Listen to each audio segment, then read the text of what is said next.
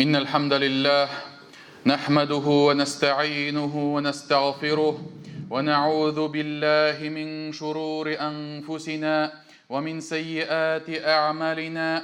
من يهده الله فلا مضل له ومن يضلل فلا هادي له، وأشهد أن لا إله إلا الله وحده لا شريك له، وأشهد أن محمدا عبده ورسوله صلى الله عليه وعلى آله وصحبه أجمعين. فإن أصدق الحديث كتاب الله تعالى، وخير الهدي هدي محمد صلى الله عليه وسلم، وشر الأمور محدثاتها، وكل محدثة بدعة، وكل بدعة ضلالة، وكل ضلالة في النار. قال الله في محكم تنزيله: يا أيها الذين آمنوا اتقوا الله حق تقاته ولا تموتن إلا وأنتم مسلمون.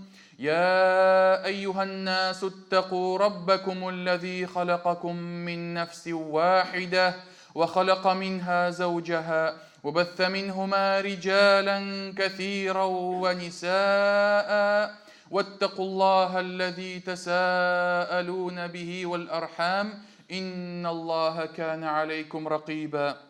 Галәмнәрне юктан бар кылып, безләрне халык иткән, тәрбияләгән Аллаһ Раббыбызга барча хәмд сәнәләребез, улуглау мактауларыбыз булсын. Шәһадәт китерәмен, Аллаһтан башка гыйбадәт кылырга лаеклы зат юктыр. Аллаһ бар, Аллаһ бер, һәм шәһадәт китерәмен, Мөхәммәд ибн Габдуллаһ Аллаһның хак илчесе, тугры пәйгамбәре һәм шәриф булган кулыдыр. Аллаһ аңа, аның гаиләсенә һәм аның сахабаларына салават шәрифләрен насип итсә иде. Аллаһ Раббыбыз изге китабында әйтә: "И иман китергән бәндәләр, Аллаһтан хакыйкый курку белән куркыгыз, тәкъвалы булыгыз һәм бары тик мусульман булып кына үлегез" диде. Икенче бер аятында әйтә: "И кешеләр, сезләрне яраткан, халык иткән Раббыгыздан куркыгыз. Ул сезне бер кешедән яратты. Аннан иптәше хатынын барлыкка китерде, һәм алар икесеннән дөньяга күп ирләрне һәм хатыннарны чәчте. Бәлки бер-берегездән шул Аллаһ хакы өчен сорыйсыз. Шуңа күрә туганлык җепләрен өзүдән куркыгыз. Дөрестлектә Аллаһ сезне күзәтеп торучыдыр.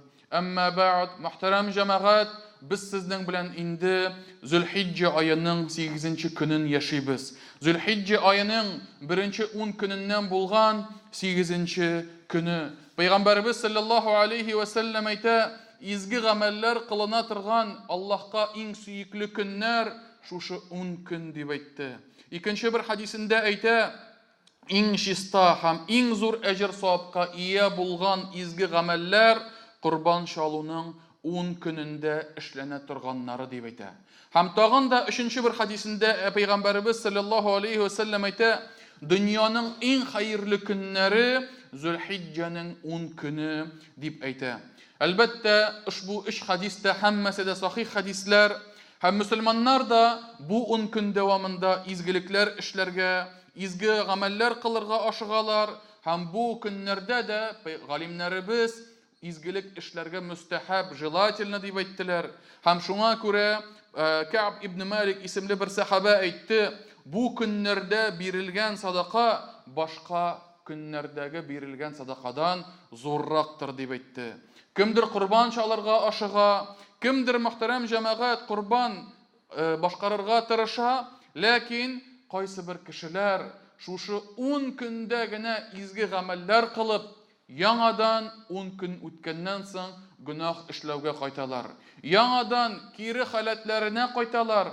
Һәм әгәр дә ирләр, мәсәлән, кайсы берләре, әгәр дә берсе хатынын җәберли икән ел буена, аңа зыян сала икән, хакларын үтәми икән, бу көндә 10 көндә генә изгелекләр эшләп, кире аннан соң үз халәтенә кайтырга тиеш түгел.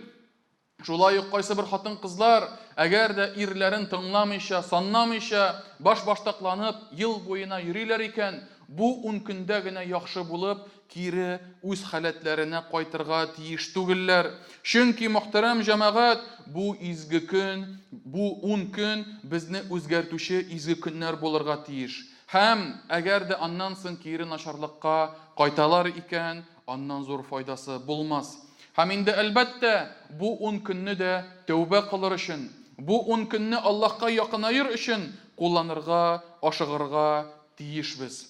Әйе, һәм мөхтәрәм җәмәгать, иртәгә шимбә көнне Зөлхиҗҗә аеның 9-нчы көнендә Гарафа үзәнендә тору көне булып санала. Һәм хаҗга киткән хаҗиларыбыз ул көнне хаҗ вакытында эшләнә торган иң зур изгелекләрен башкаралар. Иң зур гыйбадәтләрен башкаралар. Алар Гарафа үзәнендә турып дуга кылалар. Һәм Пәйгамбәрбез саллаллаһу алейхи ва саллям әйтә: Аллаһ үз кулларын уттан азат итә торган Гарафа көненнән дә күбрәк көн юктыр. Дөрестлектә Аллаһ якынайыр һәм фәрештәләре каршында улуглап зурлар һәм әйтер: бу кулларым миннән нәрсә теләделәр? Нинди теләкләре, нинди дугалары бар дип, алар Аллаһ Тәгалә фәрештәләр каршында горурланыр. Һәм шулай ук тагын бер кутси хадистә әйтелә: Аллаһ фәрештәләргә әйтер: минем кулларыма карагыз, алар тузанга баткан, таушалган хәлдә килделәр дип әйтелә. Һәм шуңа күрә мөхтәрәм җәмәгать, әлбәттә, Пәйгамбәрбез әйткәнчә, Гарафа көнне Аллаһ Раббыбыз иң күп гөнаһларны гафу кыла торган, җәһәннәм утыннан азат итә торган иң хәерле, иң күп булган көн Гарафа көне дип әйтә. Һәм бу көнне, мөхтәрәм җәмәгать, Коръәндә данлыклы һәм күбебезгә таныш булган аятлар иңә. Аллаһ Тәгалә әйтә: "Ал-яума акмалту лакум динакум ва атмамту алейкум ниъмати ва радиту лакум ал-ислама дина." Аллаһ Тәгалә әйтә: "Бүген мин сезгә динемне камил кылдым һәм ниъмәтемне сезгә тәмам кылдым һәм сезгә дин буларак исламнан риза булдым" дип әйтә. Һәм мөхтәрәм җәмәгать, бер вакытны Умар ибн ал-Хаттаб янына Бану Исраил кавмыннан булган бер кеше килә. Һәм әйтә: "Сезнең китабыгызда, сезнең изге китабыгызда бер аят бар" дип әйтә. Әгәр дә ул аят безгә ингән булса, без аны бәйрәм итер идек дип әйтә. Ул көнне хөрмәтләп, зурлап бәйрәм итер идек дип әйтә. Һәм шунда Умар ибн ал-Хаттаб сорый: "Нинди аят соң ул?" дигәч, теге Бану Исраил кавмы кешесе әйтә: "Бүген мин сезгә динегезне камил кылдым һәм ниъмәтемне сезгә тәмам кылдым" дигән аят дип әйтә. Менә әле генә укып киткән аятны укып искә төшерә. Һәм шунда Умар җавап итеп әйтә: "Без ул көннең нинди көн икәнлеген беләбез. Аның кайда ингәнен беләбез. Ул шушы ушбу аятлар Гарафа көнендә, җомга көнендә Пәйгамбәребезгә Гарафа үзәнендә инде" дип әйтә. Гарафа үзәнендә басып торганда, Гарафа көнендә бөтен хаҗилар хаҗ кылганда, Пәйгамбәребезгә нәкъ шул көнне ингән аятлар дип әйтә Умар ибн ал-Хаттаб. Һәм хаҗилар бу көнне Гарафа үзәнендә торалар, дуга кылалар, истигъфар, тәүбә кылалар. Һәм бу көн, мөхтәрәм җәмәгать, дугаларның кабул булган, тәүбәләрнең кабул булган көне булып тора. Һәм инде хаҗга бармаучылар, чөнки без хәзер хаҗда түгел, хаҗга бару бәхетен бу елны татый алмадык. Һәм безгә Пәйгамбәрбез саллаллаһу алейхи ва саллям булай дип әйтә: "Гарафа көнендәге ураза үткән елның һәм киләсе елның гөнаһларын сөртә" дип әйтә. Һәм шуңа күрә, мөхтәрәм җәмәгать, әгәр дә без хаҗга бара алмадык икән, ләкин әле үзебезгә зур гына әҗр-савапларны да ала алабыз. Зур гына әҗр-савапларга ирешә алабыз. Һәм кайда гына булмыйк, сәфәрдә булыйкмы, өйдә булыйкмы, тамак ачса да, авыртсак та, ләкин мөхтәрәм җәмәгать, Гарафа көнендәге уразадан мәхрүм калмыйк. Чөнки менә кызганыч, кайсы бер кешеләр бу көнгә игътибарлы түгел. Кемдер әйтергә мөмкин: "Мин юлга чыгып китәм, юлда ашарга кирәк, эшәргә кирәк" дип әйтә. Кемдер әйтә, мәсәлән, "Мин авыртып торам, нитеп торам". Кемдер әйтергә мөмкин: "Бу бит фарыз түгел, бу бит сөннәт кенә. Фарызны тотырга кирәк, сөннәтне тотсаң да була, тотмасаң да була". Кемдер әйтергә мөмкин: "Бер ай элек мастер-класска язылган идем торт ясау буенча, инде шушы көнгә туры килде, мин анда ашамыйча булдыра алмыйм" дип әйтергә мөмкин. Һәм кемдер, мөхтәрәм җәмәгать, төрле акланулар эзләп, үзен шушы көнендәге уразаның әҗреннән мәхрүм итә, мөхтәрәм җәмәгать. Бит бу зур әҗр-савап. Безгә зур скидка белән бирелә торган Аллаһның товары, Аллаһның рәхмәте. Һәм үткән елның, һәм киләсе елның гөнаһларын гафу кыла торган, гафу кылынуга сәбәпче булган көн булып тора, мөхтәрәм җәмәгать. Һәм шуңа күрә беребез дә шушы әҗр саваплардан мәхрүм калырга тиеш түгелбез. Һәм сүз уңаеннан әйтеп үтәм инде, бу көнне мәчетебездә Гарәфә ифтары үткәреләчәк. Шушы ифтарга хатыннарыгыз белән бергә, гаиләләрегез белән бергә килегез. Һәм мөхтәрәм җәмәгать, шулай ук аннан алдагы көнгә, ягъни 9-ннан соң килә торган 10-нчы көн, Зөлхиҗҗә аеның 10-нчы көне, Курбан чалу көне, бәйрәм көне, Гаит намазы көне. Аллаһ Тәгалә Коръәндә әйтә: "Ла яналаллаһу лухумуха ва ла димаኡха, валакин яналут тaqва минкум." Аллаһка аның итләре дә, каннары да барып җитмәячәк, ләкин сезнең тaqвалыкларыгыз барып җитер дип әйтә.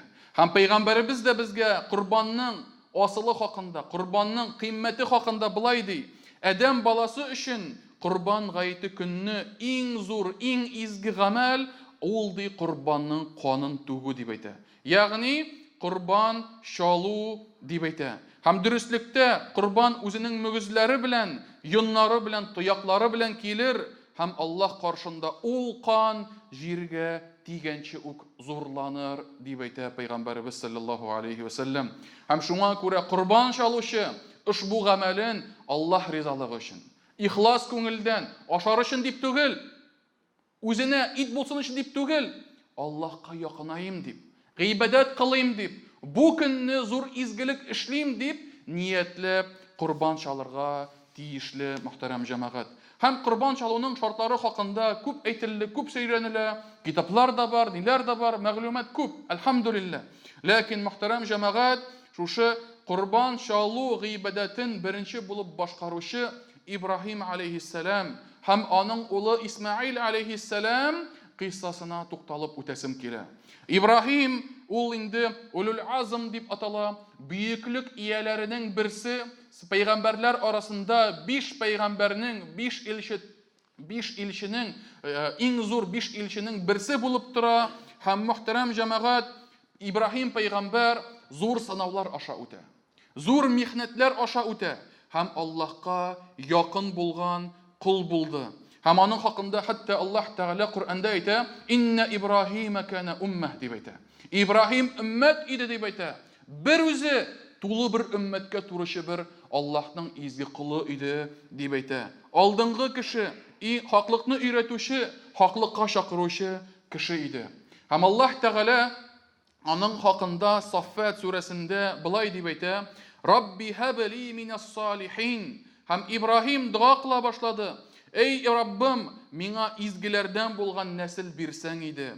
Фабашшарнаху бигуламин халим. Һәм без аны түземле бала хакында булган хәбәр белән сөендердек.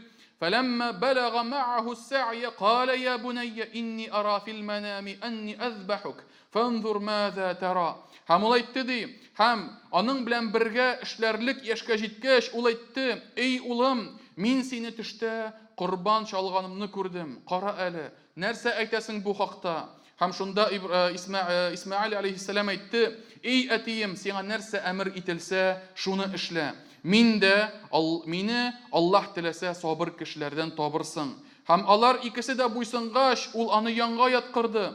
Һәм шунда без аңа эндәштек: "Эй Ибраһим, төшеңә тугры булып калдың. Һәм без шулай итеп изгелек кылучыларга әҗрен бирәбез. Бу ачык сынау иде. Һәм без аны зур Курбан белән алмаштырдык. Без Ибраһим хакында аңардан соң килгән халыклар арасында яхшы сүзләр калдырдык. Ибраһимга сәлам булсын. Изгелек кылучыларга без шулай әҗрен бирәбез. Дөрестлектә ул иманлы кулларыбыздан иде" дип әйтә Аллаһ Раббыбыз. Һәм бу кысса, мөхтәрәм җәмәгать, чынлыкта безгә бик зур дәресләр бирә, зур хикмәтләр бирә. Һәм шул хикмәтләрнең берсе, мөхтәрәм җәмәгать, Ибраһим алейхиссалам узак еллар буена баласы булмады. Узак еллар буена тилмерде ул һәм хатыны. Һәм әлбәттә зур кешеләр өчен, гаиләдәге булганнар өчен инде өйләнешүгә үк, кияүгә чыккач үк зур теләкләрнең берсе балалы булу. Ләкин Аллаһның хикмәте кемгәдер Аллаһ Тәгалә балаларны бирә, кемгәдер бирми. Кемнедер Аллаһ Тәгалә балаларның күп санлыгы белән сыный. Кемнедер Аллаһ Тәгалә бала бирмичә нәрсә эшләр микән? Ничек гамәл кылыр микән дип Аллаһ Раббыбыз сынавын бирә. Һәм шуңа күрә нинди генә авыр хәлдә калсаң да, ничек кенә күңелең төшмәсә дә, ләкин бүтән сораган, бүтән теләгән теләкләрең Аллаһка юнәлергә тиеш. Дуаңны Аллаһка кылырга тиешсең. Һәм Ибраһим алейһиссалам ул картлыкка хәтле җиткән иде. Зур яшькә җиткән иде. Зур яшькә җиткәч тә, картлык яшендә булгач та, ул нәрсә ди? Рабби һабли минас салихин.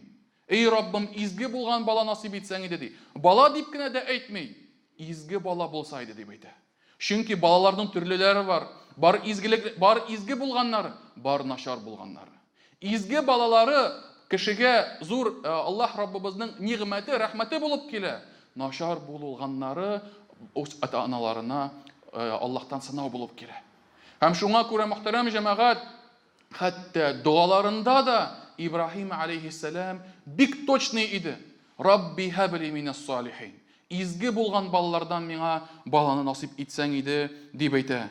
Һәм шуңа күрә мөхтәрәм җәмәгать, изге бала булу җәмәгать ул дөньяның зур бер нигъмәте.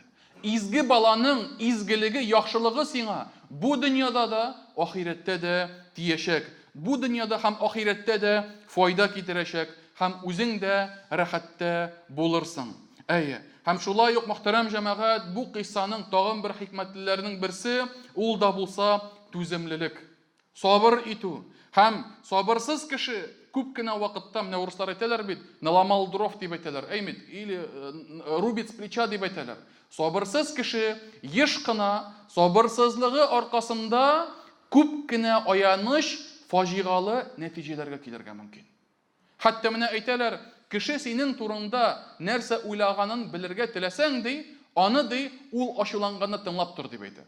Ул ачуланса, если он будет в злости, в ярости, он выскажет все, что тебе думает. Күп кешеләр, бөтенесе түгел. Һәм шуңа күрә мөхтәрәм җәмәгать, сабырсызлык кешегә начарлыгы белән килә, зыяны белән килә. Һәм шулай ук мөхтәрәм җәмәгать, пәйгамбәребез дә безгә нәрсә дип әйтә? Ләйсә шадиду бис-сур'a, валакин ман малака нафсаху 'инда al-ghadab дип әйтә. Көчле булганысы дип әйтә, ул ди көрәшче түгел ди. Ул ди көрәшкәндә иң көчлесе түгел ди. Әмма ләкин көчле булганысы, ул ди ачу вакытында үзен тотып торганысы дип әйтә. Үзен тыйганы, сабыр итеп түземле булганысы, менә шул көчле кеше дип әйтә пәйгамбәребез саллаллаһу алейһи ва саллям. Һәм шуңа күрә мөхтәрәм җәмәгать, Исмаил алейһиссалам сабыр итте, түзде, Аллаһ әмренә буйсынды. Ибраһим алейһиссалам сабыр итте, чөнки бердән бер улы күп еллар буена булмаган һәм нәтиҗәдә туган аның изге нарасый сабый баласы. Һәм шуңа күрә мөхтәрәм җәмәгать, аларның сабырлыклары аларга зур әҗр-савап белән әйләнеп кайтты. Һәм дүртенчесе исә, дүртенче хикмәт, ул да булса Аллаһ әмренә буйсыну. Аллаһ Раббыбыз ни фарыз итсә, Аллаһ Раббыбыз ни безгә кушса, шул әмерләргә буйсыну, шуны башкару. Һәм шуңа күрә мөхтәрәм җәмәгать, әгәр дә без Аллаһ Раббыбыз әмерләренә буйсынсак, әгәр дә аның вәгъдә иткән әҗрләренә өметебезне багласак, ул вакытта мөхтәрәм җәмәгать, бу дөньяда да һәм ахирәттә дә бәхетле булырбыз. Һәм шулай ук курбан чалу гыйбадәте дә мөхтәрәм җәмәгать. Әйе, ул Ханафи мазһабында ваҗиб дип атала. Башка галимнәр аны сөннәт дип әйтергә мөмкиннәр. Әмма ләкин Аллаһ Тәгалә әйтә бит. Аллаһ Тәгалә Коръәндә әйтә: "Фасалли ли раббика ванхар" дип әйтә. Аллаһка, Аллаһ ризалыгын өмет итеп намазыңны кыл һәм курбаныңны чал дип әйтә. Курбан чалырга мөмкин, курбан чалырга була дип әйтми, курбан чал дип әйтә мөхтәрәм җәмәгать. Пәйгамбәрбез саллаллаһу алейһи ва саллям үз гомере буена һәр елны курбан чалды. Курбан чалдымыйча калдырмаган көне булмады, елы булмады. Курбан аятлары ингәннән соң. Шулай ук хаҗга барганда да үзе белән 100 дияне алып барды мөхтәрәм җәмәгать. 100 дияне курбан итәр өчен алып барды. Һәм шуңа күрә курбан гыйбадәтен җиңел бер гыйбадәт дип карарга тиеш түгелбез. Мөмкинлегебез бар икән, әгәр дә хәлебездән килә икән, курбанны чалу һәммәбезгә дә тиешле. Һәм шуңа күрә Аллаһ Раббыбыз һәр беребезгә дә кылган изгелекләребезнең әҗр-савапларын насип итсә иде. Һәм ихласлыкларыбызны да арттырып, тагын да Аллаһка якынайырга һәммәбезгә дә насип булса иде. Амин. أقول ما تسمعون وأستغفر الله لي ولكم ولسائر المسلمين من كل ذنب فاستغفروه إنه هو الغفور الرحيم.